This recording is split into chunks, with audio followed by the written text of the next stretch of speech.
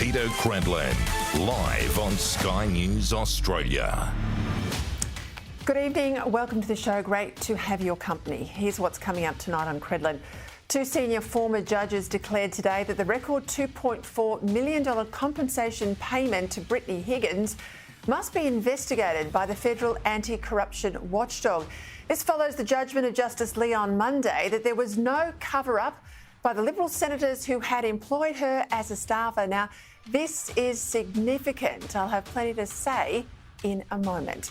A big speech today too from the Defence Minister Richard promising an extra $50 billion over the decade.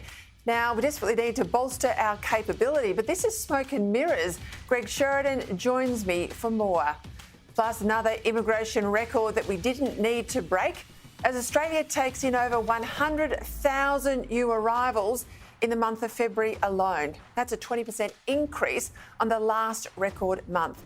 I'll be joined by the businessman Dick Smith, who's pleading with the government to have a plan for population. And as more information comes to light about the alleged terror attack in Sydney's West, concern grows over just how quickly people could become radicalised. What's more, it's become obvious that Labor needs to bring the security bosses back into the National Security Committee. We always thought it was a bizarre decision to kick these two people off the National Security Committee. It's become more obvious in the last 48 hours why that's important. Intelligence agencies often had relationships or insights or knowledge that government ministers weren't aware of, that they were able to contribute to the conversation because they were always in the room. And so I think it's just a basic principle they should be there. But first, talk about the tinderbox that's been created by importing into Australia the old hatreds of other countries.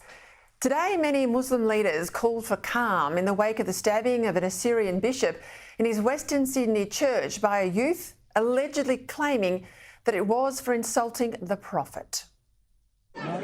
بس ليش عم بيسب رسولي ما كنت جيت لهون اذا عم بيدخل حلب ديني ما كنت جيت لهون بس هو عم بيدخل حلب ديني هي دين اذا هو حكى هي دين الشيطان مالتك حبيبي روح على شيطانك شوف شو يسوي عليك اذا هو بس حكى عن دينه ما كنت جيت. But there were a couple of disturbing exceptions. One Islamic leader, Mohammed Shah, who runs the Sydney Ruqya Centre, has reportedly said that the bishop, quote, ran his mouth and said that our prophet was rotten in the grave. And the social media page for the outfit Australian Muslim is reported as saying that, quote, the bishop started it, he's been slandering the prophet. Now, suppose he had insulted the prophet, which on no reasonable basis do I believe he has, how could that have justified the stabbing of Bishop Emmanuel? Now, it can't. And we can never allow any sense it can be justified in a country like Australia. Today, New South Wales Premier Chris Minns said it was, quote, a combustible situation. Well, that's for sure, because there are too many amongst us who quite literally believe in death to the infidels. Now to new developments today in the continuing and squalid saga of the Parliament House rape. Now, there was a rape, Justice Lee concluded in his balance of probabilities judgment on Monday, but there was no cover-up, he found, by the two Liberal senators who had employed former staffer Brittany Higgin or other staffers or indeed anyone in the wider Morrison government. None.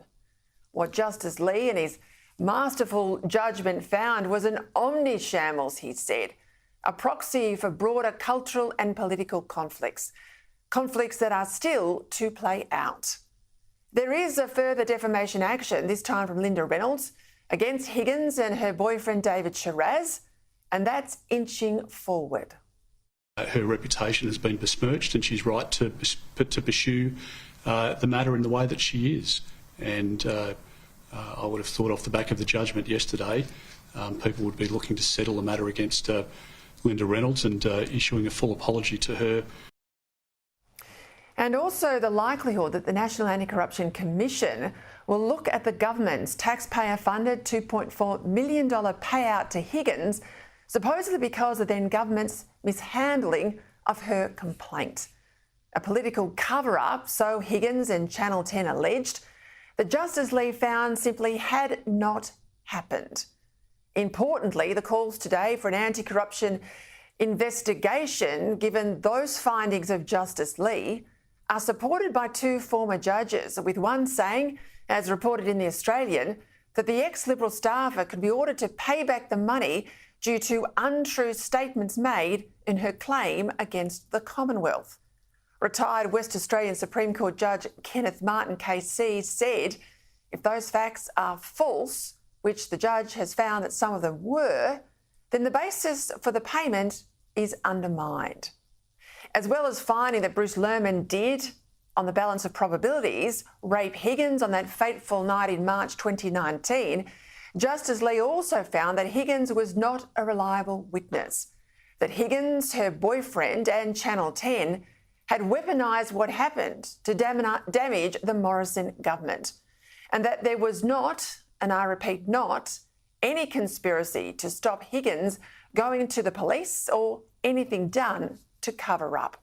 Justice Lee said that the conduct of Channel 10 was grossly improper and unjustifiable when it came to approving Wilkinson's Logie's speech. And on the $2.4 million payout to Higgins from taxpayers, His Honour said that it is evident that several things were being alleged that were untrue. Even though in making her claim for compensation, Higgins had warranted that, and I quote, "The matters referred to in this deed are true and correct." So the judge was scathing about Lerman, Higgins, Channel 10 and other media outlets that failed to properly test the claim of Liberal cover-up before broadcasting it. But what about the Labor Party? The Labor Party that once in government swiftly agreed to Higgins' massive settlement claim, even though it was based on some claims that we now know from Justice Lee were false. The Labor Party that was no less culpable than Channel 10 for wanting to believe a confected cover-up story that was damaging to the Morrison government, and for pursuing it without any attempt to weigh the evidence. Let's not forget that this story, that the Morrison government had created a toxic anti-women culture and had sought to cover up a rape, dominated Parliament for weeks and weeks. These matters go to the conduct of this minister. When did she know? What did she do? How did she respond? She cannot hide behind Ms Higgins any longer. She deserves better. So the language she uses about wanting to support Ms Higgins, she can support her by being truthful about what happened. Because by withholding information, what she is continuing is the cover-up that has been underway for 2 years and is the cause of much trauma to Ms Higgins. Labor's Mean Girls were vitriolic in the Senate against both Reynolds and Higgins' subsequent employer, Senator Michaelia Cash, driving Reynolds to hospital, in fact, and creating the atmosphere in which former staffer Fiona Brown, the then Chief of Staff in the middle of all of this, says that she contemplated suicide. And as we later found out, persecuting the late Senator Kimberley Kitching, the Labor senator who tried to warn Reynolds of what was coming. Now, as I said to you before, I had a hand in staffing issues for 16 years in Canberra. The last 6 of those as the most senior staffer on my side of politics. And this payout, it's a record. I have never seen anyone get close to $500,000, let alone 2. And I've never seen an employing MP threatened so as not to give evidence on behalf of taxpayers. And I've never seen the minister, in this case, Labor's Mark Dreyfus, sign off a claim in a mere matter of hours. Most take months and months, but not this. Again, former WA Supreme Court Judge Kenneth Martin said today, questioning the legal advice provided to Labor, asking quite properly, and I quote, why should it pay that amount of money in circumstances where a lot of those facts are all thoroughly disputed? Pay out or pay off? That's the question that now must be investigated by the new anti-corruption body. And if not, straight away, it says it's nothing but a waste of time and more taxpayer money in setting it up.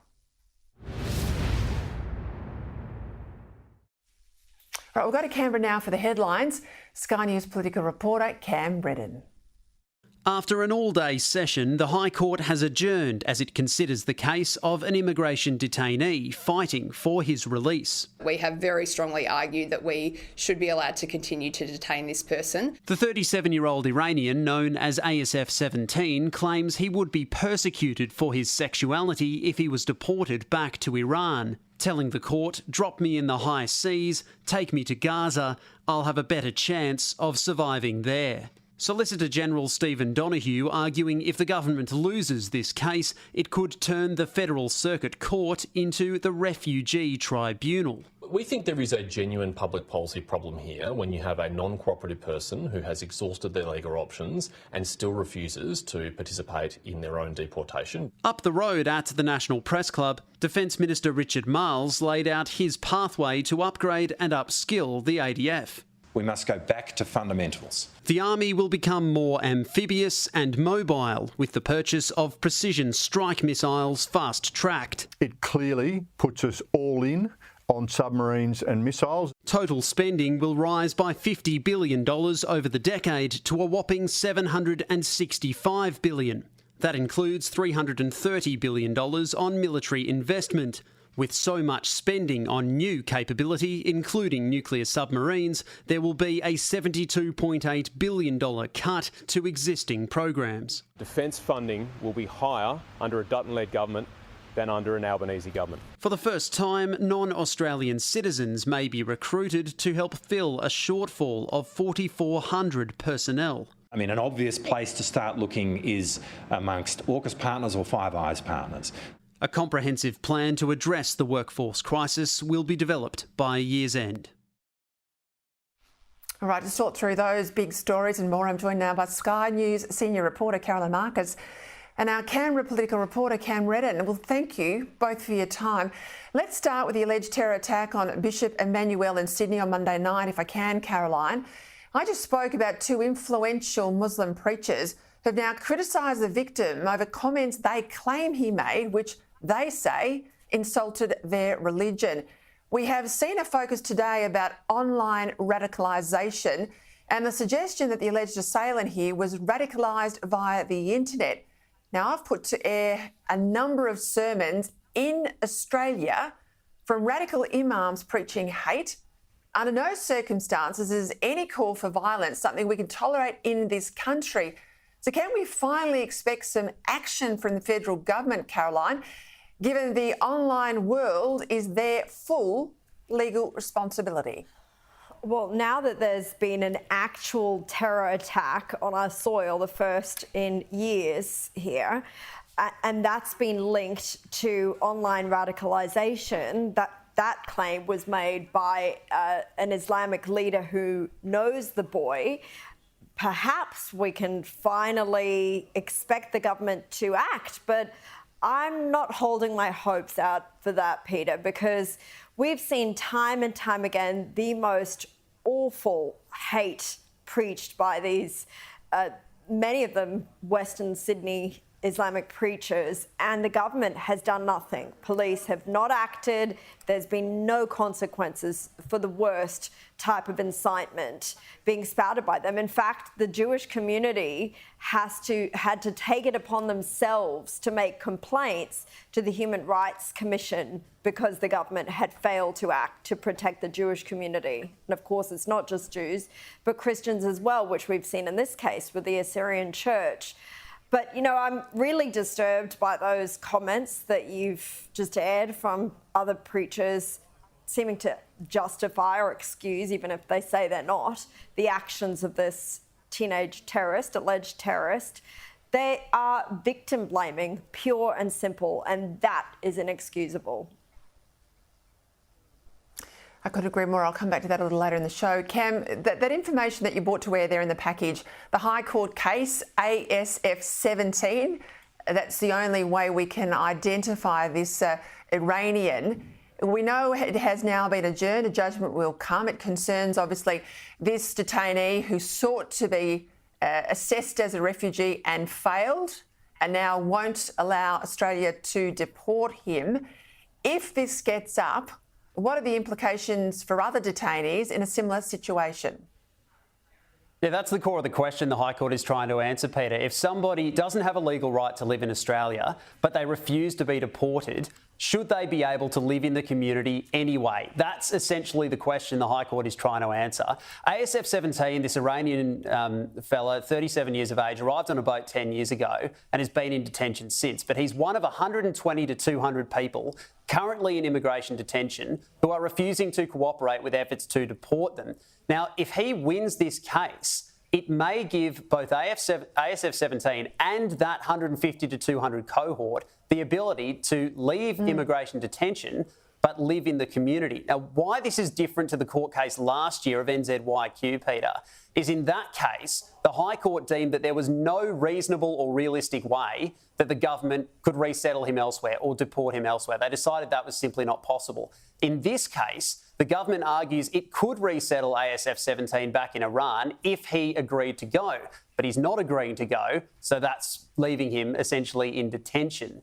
So that really comes to the rub of the question the court's trying to answer. If ASF 17 wins this case, as Anne Toomey, the constitutional expert, sort of laid out today, that could give somebody the right, who doesn't have the right to live in Australia, by the way, legally, to live in the community, which begs the question, if you can refuse to be deported and still live in the community, what incentive is there to comply with your deportation? And the court heard evidence from the Solicitor General that his sexuality now has changed since he made the original refugee application. He says that's grounds for him to remain in Australia. Now, I make no comment about that, but I will make the point, and I've covered these cases out of the UK, there are a number of people of Muslim background who, on the way of being deported out of the UK, have suddenly decided they're Christian, and they're saying that if they go back to a Muslim country, having changed their faith, they're apostates, they'll be put to death. And I wonder if that's I wonder if that's a consideration of others. Let's go to the story I brought you a little while back. A $7 million medical wish list of a whole lot of equipment for Gaza found in a secure area of the Melbourne Royal Children's Hospital.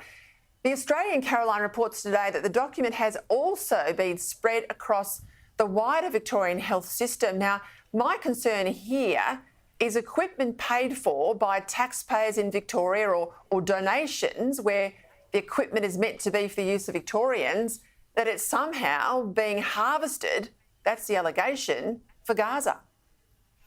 Yeah, that's right, Peter. And we also know that Hamas steals medical and other supplies that are sent there that are meant to supposedly be helping citizens who are injured as part of the war. So the concern is not just that these medications, if any were sent, would have been diverted from sick and injured Australians who they're meant to be for, but that they would actually be going to Hamas directly.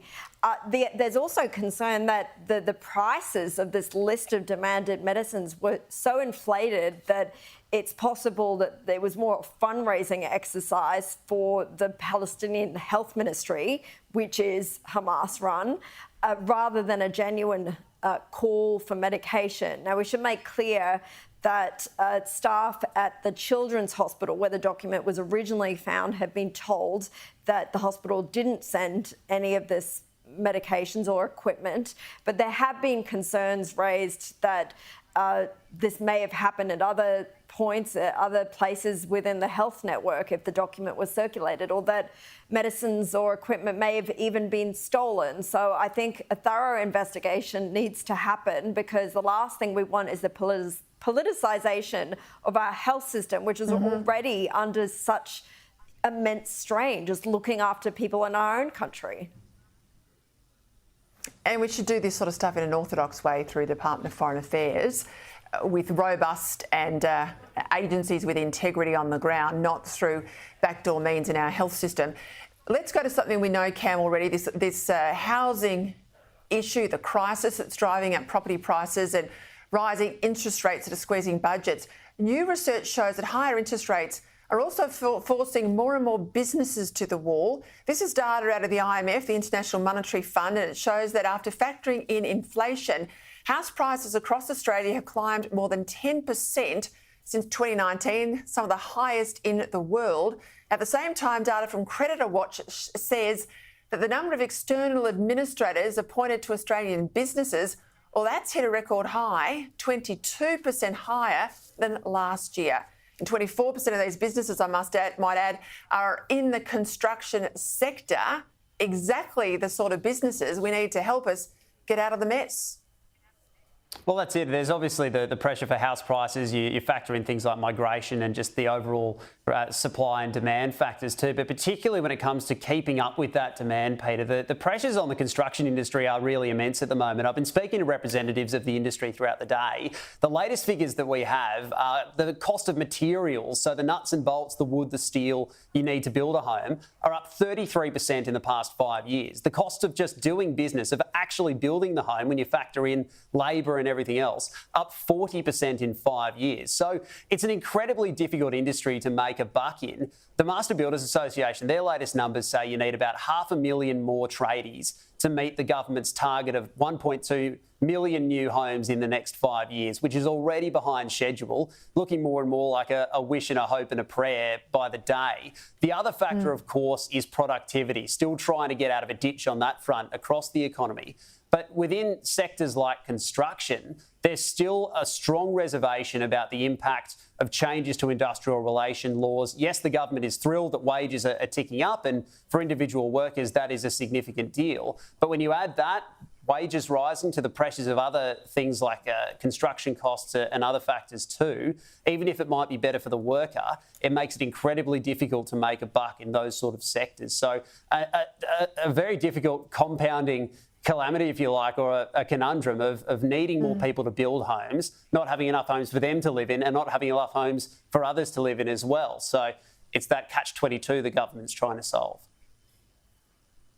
And record high immigration, which I'll get back to in a moment with Dick Smith. Cam and Caroline, thank you. Let's go to that speech today at lunchtime from Defence Minister Richard Marles, announcing a new $330 billion defence investment program. But wait, it is not all that it seems. In that, he says, was an additional $50 billion, but it's over the next decade, to modernise the ADF with new missiles, drones, ships and aerial defence systems. For more on the detail, not the spin, I'm joined by the Australian's foreign editor, Greg Sheridan.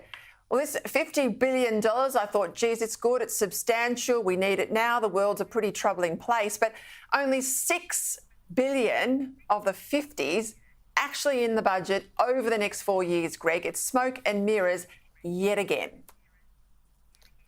You're absolutely right, Peter, and it's great to be with you. Look, this is both depressing and comic and recurrent and ridiculous. So the government says it's going to increase capital defence expenditure by a huge figure, $53 to $63 billion over the next 10 years. Over the next 4 years, the increase is only $5.7 billion.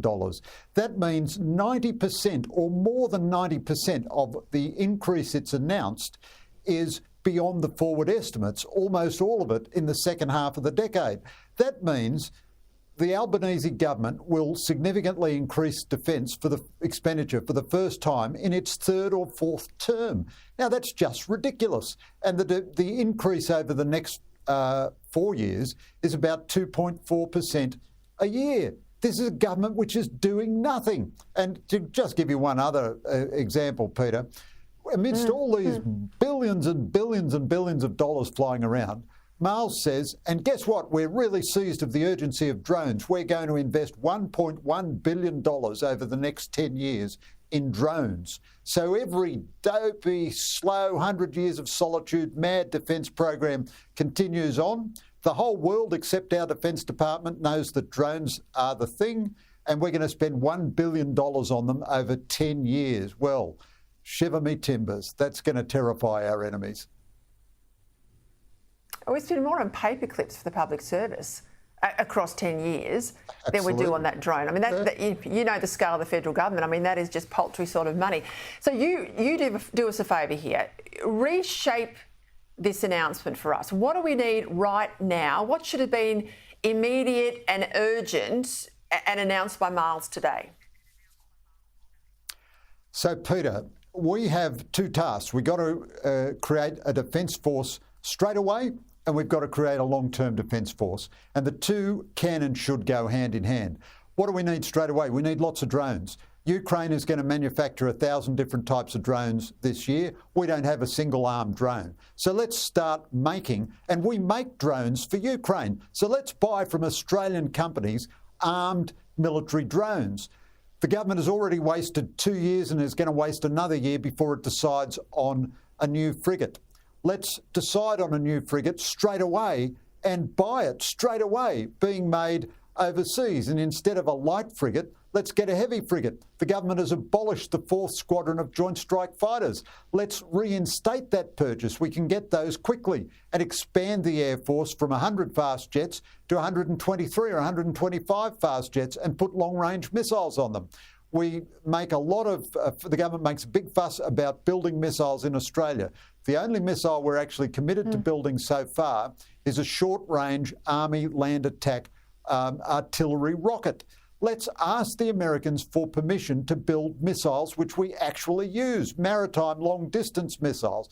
And then let's upgrade all our existing platforms. Of course, we should have replaced the Anzacs by now, but why did the government abandon upgrading the Anzacs so that we have no capable frigates over the next 10 years? Why did the government abandon putting Tomahawk missiles on the Collins? Let's go ahead and do that straight away to make them more formidable, because they're still going to be our main submarine for the next 10 or probably 15 or 20 years. You could do all that straight away and it wouldn't compromise any long-term plan you'd have. In fact, it'd help your long-term plan. But the government is determined to spend no additional money on defence, and its long-range spending commitments, you know, they're like Star Trek commitments. Do you think for a minute, Peter, that Richard Marles is going to be Defence Minister in 10 years' time?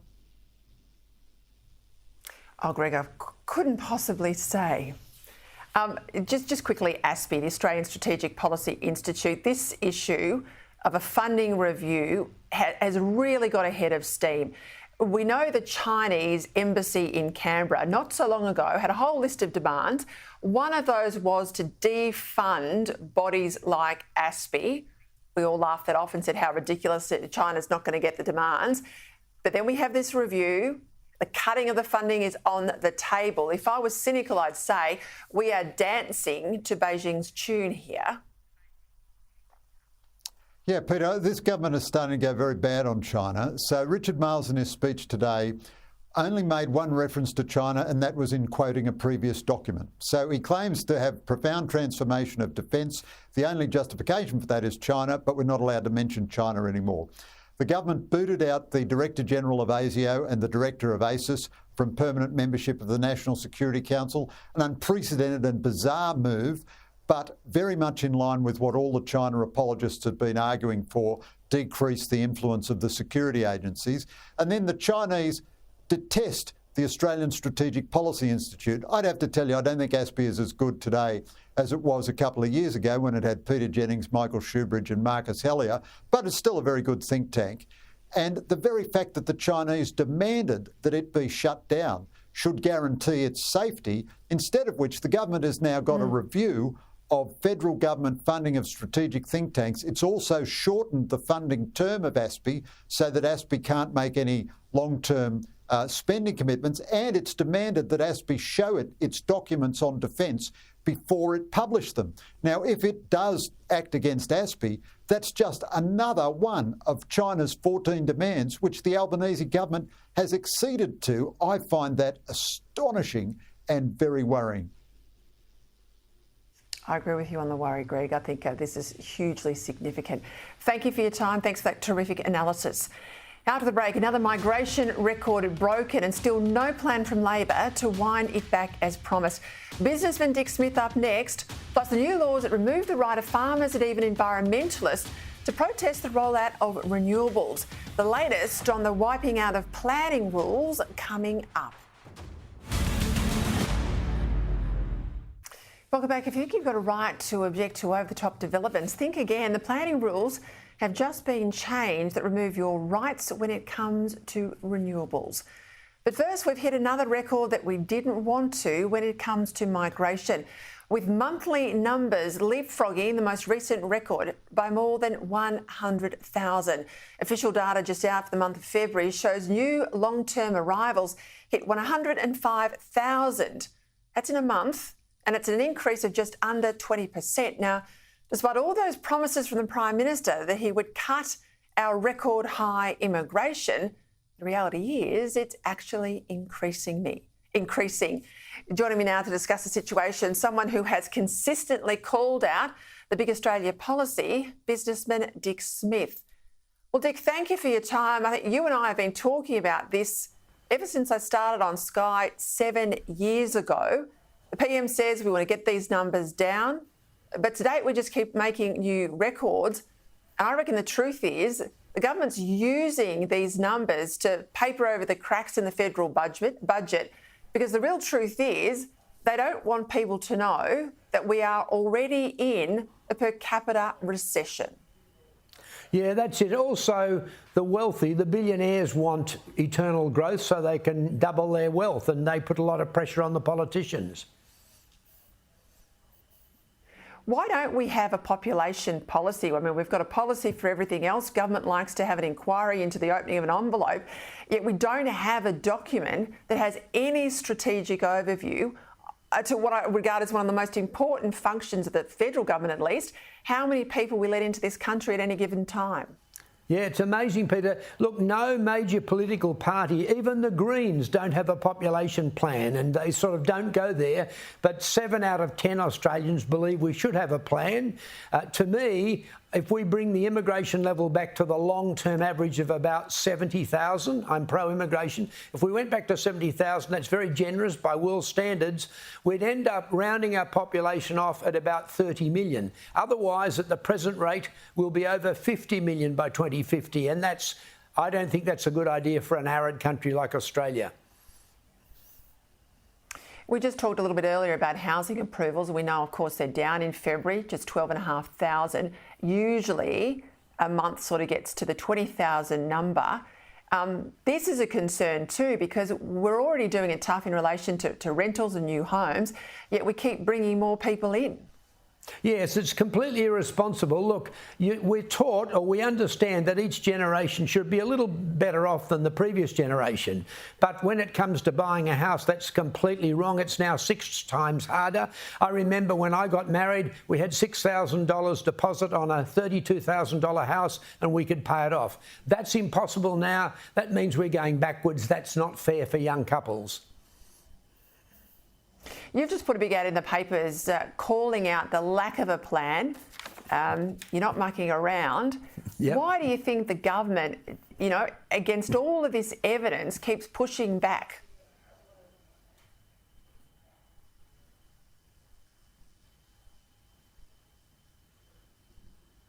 I don't have any audio. Have I got you there? Yep. No, are you back again Dick? now? Oh, great. I've seen your ad. I've put it up there. Why do you think the government's not listening to sound advice from you about a plan? Look, I think it's hard to have a plan, and I think the business community would go berserk because they want eternal growth. Many of the managers are on bonuses on growth, and so they need growth. But one day we've got to get a leader who says it's impossible to go to 50 or 100 million. Let's have a plan and work towards that. And that'll be a real leader. So I'm waiting for that person to come along. What do you make of this government-funded, taxpayer-funded advertising in relation to the Murray-Darling Basin? It's on TVs at the moment. It's warning that a drought is imminent and we're overusing water. But there's not a word about population, is there? No, it's absolutely amazing. It's the federal government running an ad, and the farmers think they're being criticised. They're not really. But can you imagine they run an ad and say there are going to be droughts and we've got to be careful about the water in the Murray-Darling Basin, but they don't dare link it to population growth. If we double our population, we'll need twice as much water, twice as much food, and that's not even discussed. It's ridiculous. Keep holding them to account, Dick, because you've got the majority of Australians, poll after poll, proves that they are behind you. Thank you for your time. Definitely. All right, let's go now to something that I know will worry you. This is whether you get a say in what's built on your land or in your local community, because more and more, if it relates to massive renewables infrastructure, you don't. In Victoria, there's been a massive change in the planning laws and it's stripped away rights from farmers and regional communities. Mark my words, though, what's happening in Victoria is on its way to a state near you. Joining me now to discuss this, the Australian's Environment Editor, Graham Lloyd. Well, Michael Buxton, he's a planning expert at RMIT and I've spoken to him on this program. He said this is a conflict with the government. It's got a priority to roll out this big green agenda. At the same time, it's taking away the say local people have on these proposals and bringing it into government. I mean, how can the left hand, which wants one thing, be measured by the right hand? It doesn't work like this, Graham. That's right. Good evening, Peter.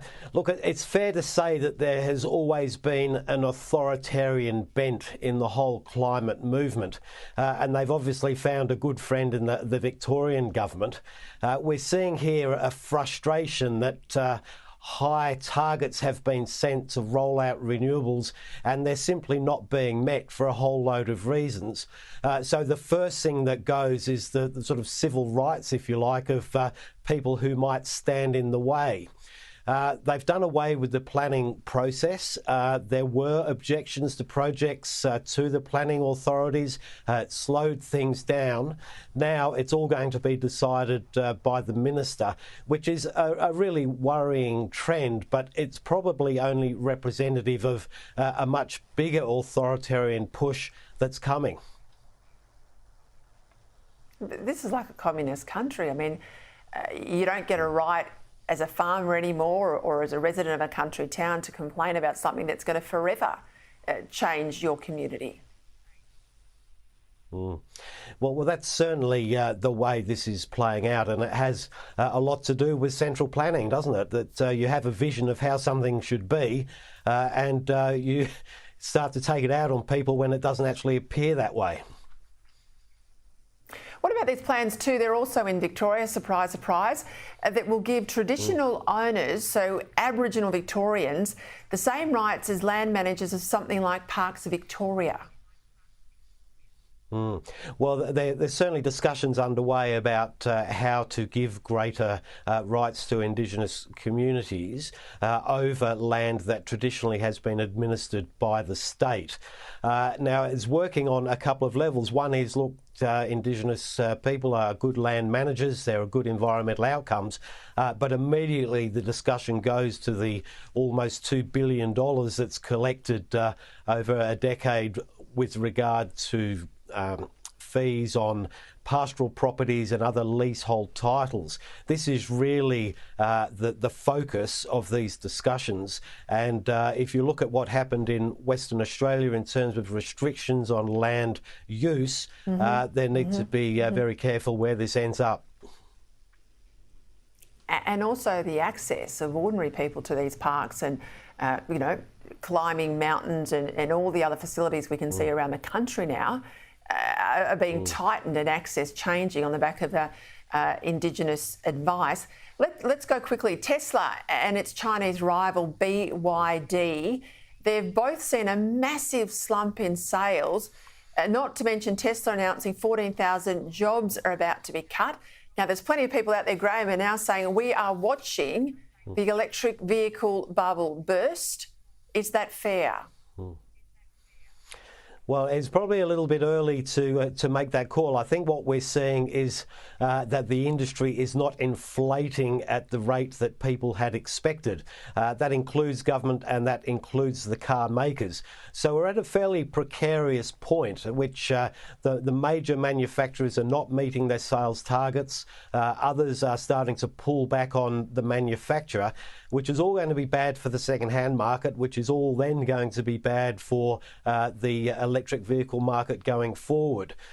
Where things go from here is going to determine whether electric vehicles do become the dominant form of transport.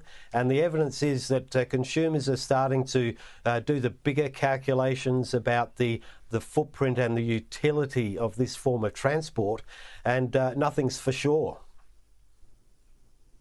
Not at all. And then you add in the fire risk and more. Graham, thank you for your time as always. After the break, 2 former judges have joined the calls today for the federal anti-corruption watchdog to investigate that massive compensation payment to Brittany Higgin. Plus, why the government now, more than ever, needs to get serious about removing hate preachers from the internet. Still to come, Kell Richard is going to get into some of the entertaining language used by Justice Lee in that long verdict on Monday. But first, let's bring in my panel, former Liberal MP Nicole Flint and Senior Fellow at the Menzies Research Centre, columnist with The Australian, Nick Cater. Well, Nicole, let's start with that massive payment, $2.4 million to Brittany Higgin. Two very senior former judges now say it's got to go to the new National Anti-Corruption Commission. And I say, if they do not investigate, it's not worth anything. They absolutely need to investigate, Peter. This is $2.4 million of taxpayers' money. We know the process to hand over that money only took a day. The Liberal senators who were allegedly, part of the reason there needed to be this settlement weren't allowed to participate, and the Attorney General, Mark Dreyfus, just signed off on this. So there has to be a very careful investigation. And let's remember how Labor weaponised this issue, particularly against Kimberley Kitching, one of their own, and Senator Linda Reynolds. So not only does the Attorney General Dreyfus have a lot to answer for, but so do Senators Wong, Senator Gallagher and former Senator Christina Keneally. You are not wrong. Nick, that terror attack in Western Sydney, we need to have a serious conversation now about how to crack down on online radicalisation, because there are reports today claiming the alleged 16-year-old attacker had been radicalised online. Now, so far, there's been no real serious action from the Commonwealth to pull any of these hate preachers and their content off the internet. After this shocking incident, are we going to see some action from the government? I hope so, Peter. You've been doing more than anybody, I think, to draw attention to some of these hateful preachers in the western suburbs of Sydney in particular. And clearly, if it does turn out that this attacker was radicalised in some way by that rhetoric, then we've missed out. We've dropped the ball on this. It's good to see the Executive Council of Australian Jury take this up now with the Human Rights Commission as hate speech, because nobody else is. You don't hear it from the police, you don't hear it from the government or anybody. There seems to be two standards going on. If you're a Christian and you say something which is against transgender people, then they'll throw the book at you, but you can get away with anything. I think it's time we snapped out of this naivety, recognised what was going on and realised we have a real problem in our midst. And Nick, you know why I raise it so often? I am one of the few people you'll ever see in the media speaking openly and honestly about this stuff. I have seen on the other side in government, at the National Security Committee, but getting briefings, and I know how potent this is to radicalising young people. Yeah. I know where it starts, and we can all see where it ends. So this is an incredibly important conversation for Australia. Hey, Nicole, $10 million taxpayers have spent on housing and legal costs of the convicted Australian terrorist Abdul Nasser Ben Brika. He's out now, but this was spent prior to his release in December. This is shocking. It's absolutely shocking. The entire system needs to be reviewed, Peter, because it's not just this case, it's all of the ones that don't make it this far into the media. The Department of Home Affairs provides all sorts of payments to illegal immigrants, asylum seekers, detainees, including things like support payments whilst they have their status resolved.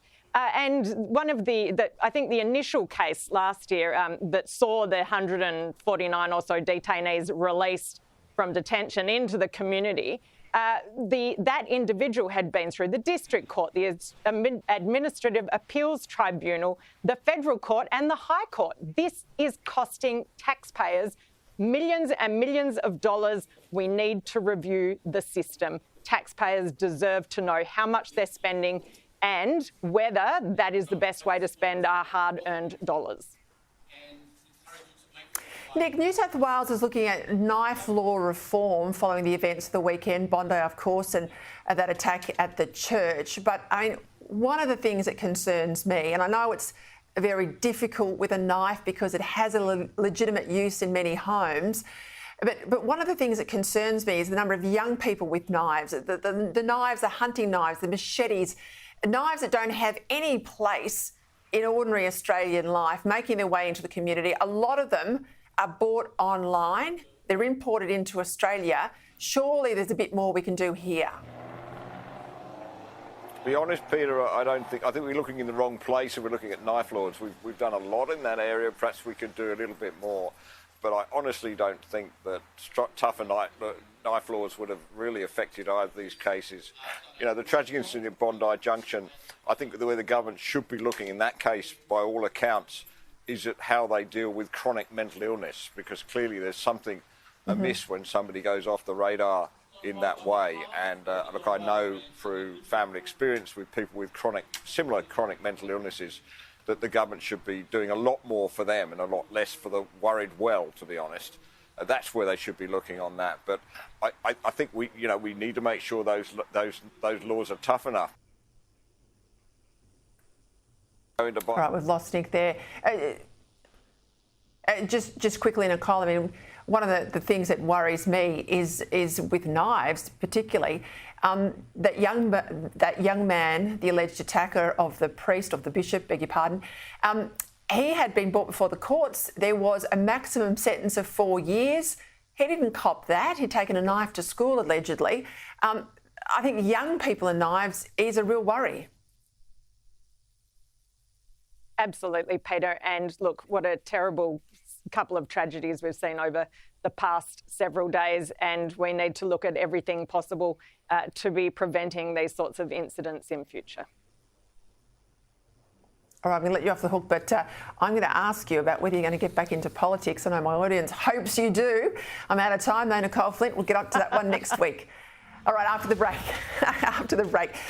We're going to get back with Kell Richard and go through that extraordinary judgment from Justice Lee, because some of the language, it's entertaining, to say the least. Welcome back. A special edition for you tonight. Kell Richard, as he is every Wednesday, joins me now.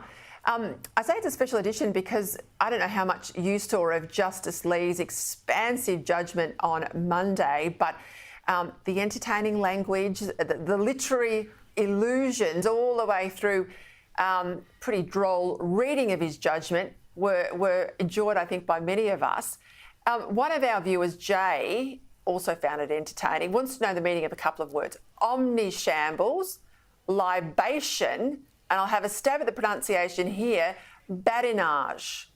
Yep. I watched the whole 2.5 hours. It was actually gripping television, and he's very clever with words. Omnishambles, to begin with that. The public became aware of it in 2009, thereabouts, on a BBC comedy program called In the Thick of It, which was sort of the 2000s version of Yes Minister as a political comedy. And one of the characters in that was supposedly based on Alistair Campbell, who was Tony Blair's enforcer. And this is my guess. I know it well. It's a very good program. Yes, brilliant program, and the character was clever. I think Alistair Campbell, the original Alistair Campbell, probably coined this word in one of his famous tirades against backbenchers and even ministers. So I think this is an Alistair Campbell word. That's my best guess. Libation. Would you like to know about libation? Just means an alcoholic drink. Yep, just an alcoholic drink. It comes from an ancient Latin word that meant a drink offering to the gods. And your pronunciation of badinage, by the way, is spot on. That's how it's pronounced, because it comes from a French source word from the 1600s and means light talk or conversation, that kind of thing. There's one other word we may not have up on the screen. He also used the word, I find this interesting, broom, B-R-U-M-E. And he talked about a broom of confusion. And I'd never heard of that, but this is a brand new one. This wonderful judge has introduced us to so many different words. Broom comes from French, and it actually means fog or mist, that kind of thing. So he's actually talking about a fog of confusion. But because it was Justice Lee, he didn't say fog of confusion. He said broom of confusion, and educated the nation, Peter. Not wrong, not wrong. Hey, do we have enough time for lone wolf, the origins of lone wolf? We can. A lone wolf is dangerous because wolves are pack animals, and a wolf that leaves the pack is a rogue and is not behaving properly. So a lone wolf is a rogue wolf, always dangerous. Was applied to human beings in 1897 by H.G. Wells in his novel The Invisible Man, because his central character, the Invisible Man, had no connection with his fellow human beings. He was a lone wolf. Terrific, Kell, as always. I'll see you next week. That's it for me. See you tomorrow night. Here is Andrew Bolt.